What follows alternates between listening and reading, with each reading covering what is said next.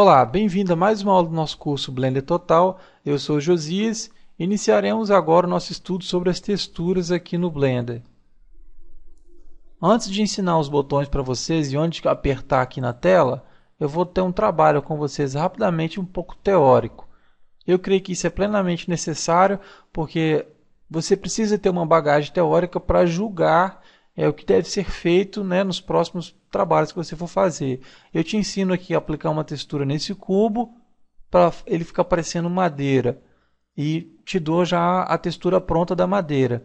Mas daqui a pouco você precisa fazer esse cubo parecer um isopor e talvez você vai ter um pouco de dificuldade para alcançar o resultado porque o material é diferente e, portanto, algumas coisas devem ser manipuladas diferentes aqui no Blender. Então vamos tratar um pouco da parte teórica. Bom, o arquivo que eu estou trabalhando aqui estará disponível para você já nesse formato aqui e se trata de um plano com um cubo e a Suzane aqui em cima dele.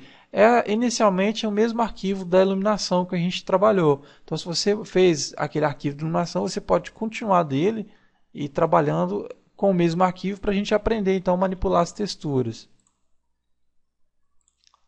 Eu coloquei uma lâmpada aqui do tipo Sun, rotacionei ela em direção à Suzane para dar um ângulo na luz do sol. Mudei um pouco a cor com um tom um pouco mais alaranjado, mas ainda com valor muito pequeno. E Render com o Ray Shadow acionado. E vamos analisar essa imagem gerada aqui. Bom, temos uma imagem aí limpa. E exatamente por ela estar limpa, por estar muito perfeita, que ela não é muito próximo da realidade nossa. Ela fica um pouco estranha, apesar de agradável, ela está bonita, está agradável, mas ela não se identifica com nada que tem no nosso mundo. Ela não se identifica com as coisas e objetos que a gente vê no dia a dia. E grande parte das vezes o que a gente quer é exatamente isso, é renderizar algo que fique familiar com o nosso mundo. Por ele mesmo, o Blender sempre vai gerar imagens assim, limpas, imagens sem defeitos. Esses objetos são todos perfeitos, do jeito que a gente modelou eles aqui. A cor deles é perfeita, tudo perfeito. Essa sombra aqui é perfeita demais, ó, retinha, e por isso que está irreal, nada parecido com o nosso mundo. E aí, o primeiro ponto que eu quero tratar é a variação de cor.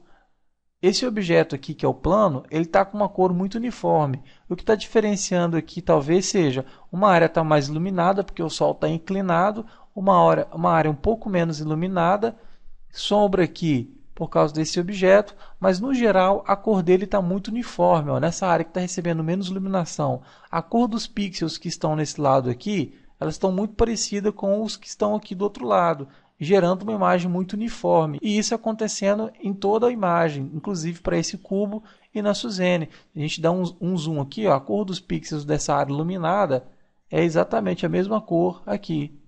A gente não consegue provocar uma diferenciação nessa cor, uma variação de cor do seu objeto, só com o que a gente aprendeu até agora. É aí que entra a necessidade das texturas.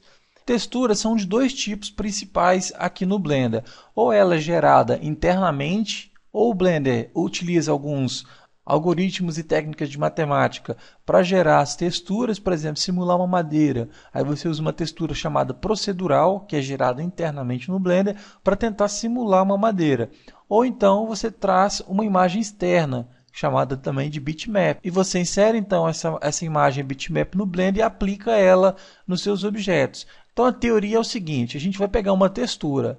E como essa textura vai ser aplicada no objeto e em qual parte do objeto ela vai influenciar, porque uma textura pode influenciar na cor, ela pode influenciar na especularidade, ou na cor difusa ou na cor especular. A cor difusa é o mais simples.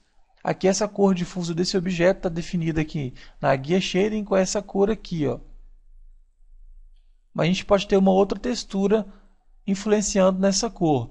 Por exemplo, se a gente vai modelar um porta-retrato, queremos uma textura de madeira no próprio porta-retrato, A gente pode usar a textura procedural interna do Blender para simular uma madeira, dá um pouquinho de trabalho, mas dá para fazer.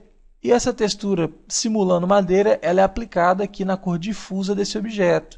Ela vai influenciar. Então, essa textura vai trocar essa cor, vai pegar essa cor que está aqui e vai substituir pela textura. Na hora de inserir a foto, na parte que é apropriada para ficar a foto, a gente não consegue gerar uma foto aqui com um procedural, com esses algoritmos matemáticos. São texturas simples, mas que resolvem alguns casos. A gente então pega uma foto externa que você tirou aí de uma paisagem ou de alguém e insere ela aqui no Blender e aplica ela no objeto. Além dela poder influenciar então cada parte separada do seu objeto, ela pode ser manipulada de que forma ela vai ser mapeada aqui no seu objeto. Por exemplo, você está inserindo uma imagem. Você quer que essa imagem apareça em todos os lados desse cubo? Só nesse lado? Só nesse? Em dois? Então é como você vai mapeá-la e qual característica do objeto que ela vai influenciar. Eu vou dar uma passeada com vocês rapidamente aqui na internet e vamos ver aqui algumas imagens. Primeiro a gente tem aqui um rosto produzido em computação gráfica, obviamente, e a gente tem aqui a textura da pele dessa personagem. A gente pode ver que tem variações de cor aqui muito grandes. Vou tentar dar um zoom aqui. Ó.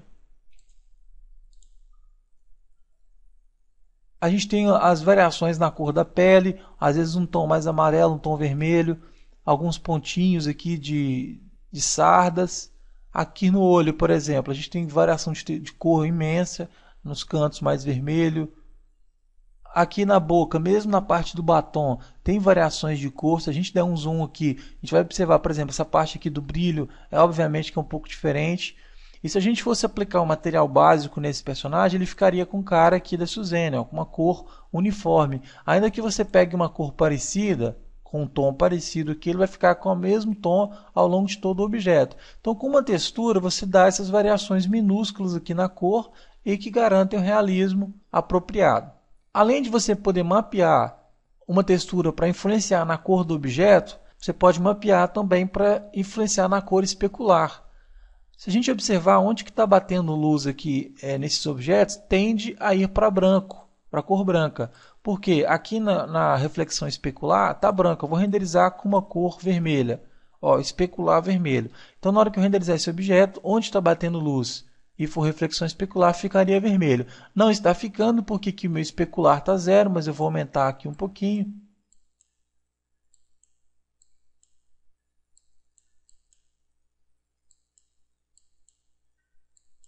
Vou exagerar aqui no especular para a gente ter a ideia correta.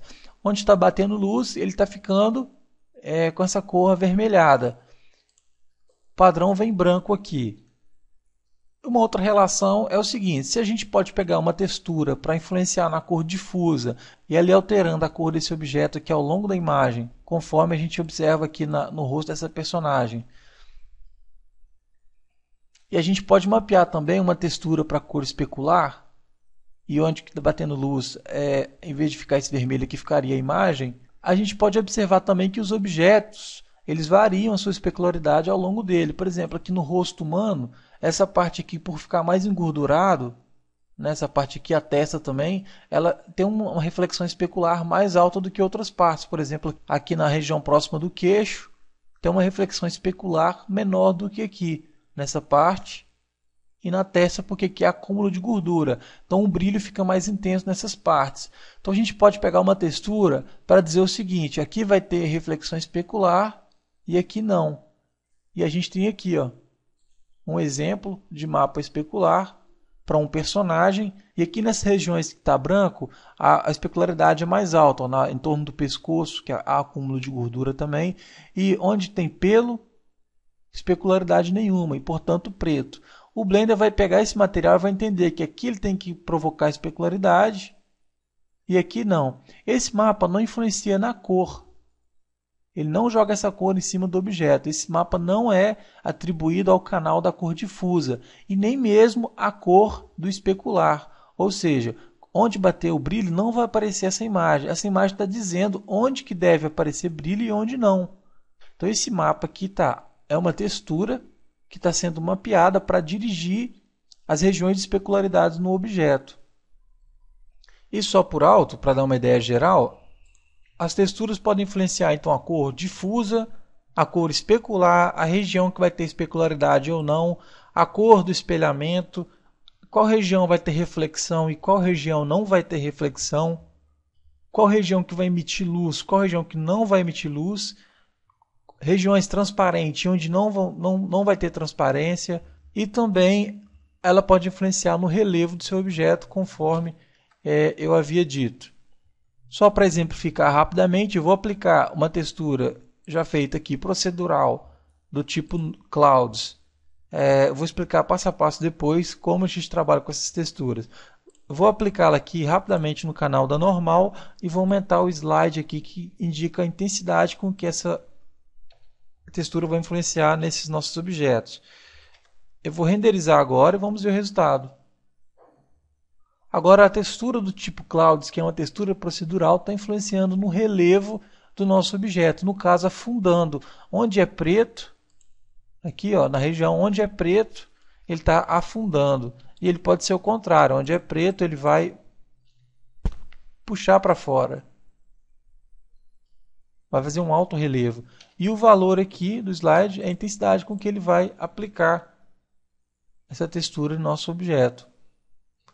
Para simular superfícies de água, por exemplo, a gente pode usar então texturas procedurais aí facilmente. Então vamos começar agora a estudar a questão da interface aqui no Blender. Como utilizar esses botões aqui para adquirir os resultados necessários. Vamos lá?